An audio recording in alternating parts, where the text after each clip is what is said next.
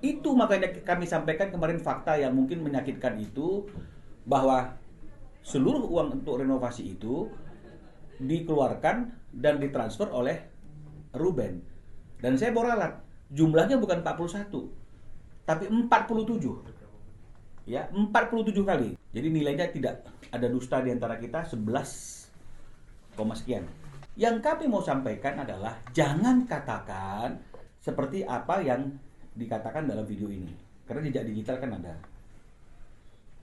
Selain ibu, yang lagi bukti yang banyak skin-skinnya kamu pakai, tapi beneran pakai uang aku, pakai uang almarhum papi aku juga. Pakai uang aku, pakai uang almarhum papaku juga. Dia sebut nggak ada peran Ruben di situ? Oke. Terima kasih buat teman-teman yang hari ini hadir di tempat ini untuk update setelah persidangan kemarin, ya. Jadi pertama-tama yang ingin kami sampaikan, kami mohon maaf, ya, mohon maaf yang sebesar-besarnya kepada masyarakat, kepada netizen, kepada pihak-pihak yang mungkin akan diciderai dengan apa yang akan kami sampaikan, ya. Karena yang kami sampaikan ini adalah sebuah fakta yang tidak bisa dibantah, ya.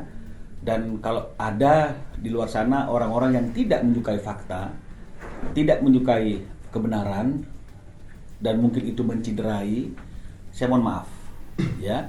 Karena seperti yang kami sampaikan kemarin itu, bahwa kebenaran itu ketika datang kadang-kadang akan membuat kita sakit atau akan menyakitkan. Mulai dengan sidang kemarin itu ada pernyataan dari pihak S, ya, yang menyatakan janganlah framing sesuatu, membolak-balik sesuatu yang menimbulkan kesedihan bagi S, karena kalau anak-anak melihat S itu sedih, maka itu akan membuat anak-anak tidak akan respect dan tidak akan sayang kepada orang yang membuat atau yang memojokkan, yang membuat ibunya bersedih, ya. Jadi kami sekali lagi tidak ingin membuat pihak-pihak tertentu dipojokkan, pihak-pihak tertentu sedih, ya. Karena kalau bicara mengenai masalah itu, ya artinya yang mereka mau sampaikan, anak-anak tahu akan berita-berita yang ada saat ini.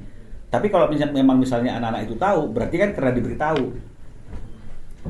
Kalau anak-anak tahu karena diberitahu, harusnya yang diberitahu itu kan utuh, tidak hanya sebagian-sebagian saja.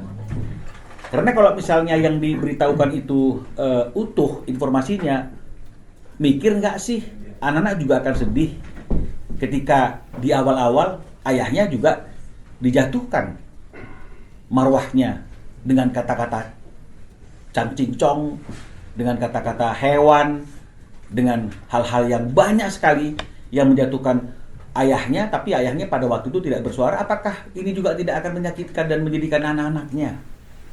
Artinya kalau misalnya hanya ketika kita mengungkapkan fakta itu dianggap sebagai suatu hal yang menyedihkan, berarti benar dugaan kami bahwa anak-anak ini sudah patut diduga didoktrin hanya mendapatkan masukan dan informasi yang tidak berimbang, yang akhirnya itu pasti akan merugikan kepentingan Ruben sebagai seorang ayah.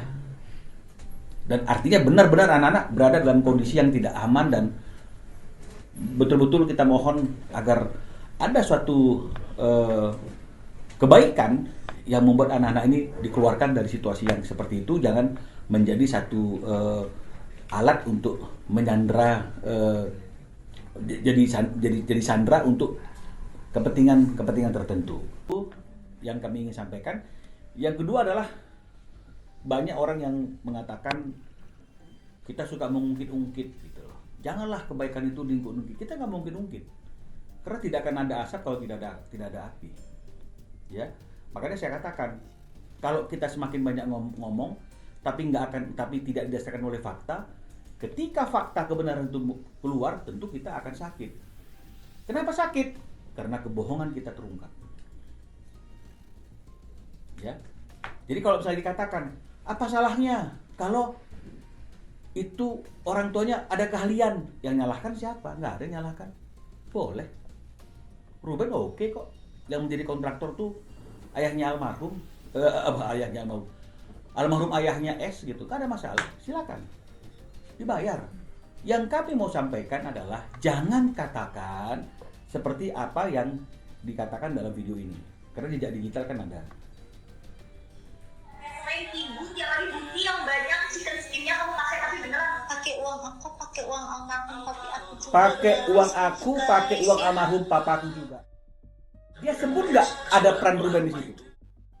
Tidak disebut. Jadi ketika tidak disebut, jadi para netizen yang misalnya tadi masih ngomong-ngomongnya nggak benar, ini faktanya. Jadi kami hanya meluruskan dan menyampaikan kebenaran. Pakai uang papi, pakai uang aku dan pakai uang papiku. Di mana uang Ruben? Disebut. Ini akan jadi jejak digital dan ini akan jadi bahaya ketika anak-anak itu kemudian berpikir bahwa ayahnya tidak punya peran. Kita tadinya tidak mau bongkar masalah hal ini, tapi kan terus digoreng-goreng, terus dipertanyakan tentang tanggung jawab. Makanya oleh karena itu kita keluarkan data kemarin bahwa kita bayar. Oh itu bukan hanya uang kontraktor, tapi juga uang material. Kita nggak mempersoalkan. Itu mau uang yang menjadi honornya almarhum saja, ataukah itu menjadi material, kita tidak mau mempersoalkan. Yang mau kita sampaikan, tolong jangan dieliminasi apa yang sudah dilakukan Ruben atas rumah tersebut. Ya, memang ada kata-kata dia mengeliminasi. Loh, tadi kan kelihatan videonya.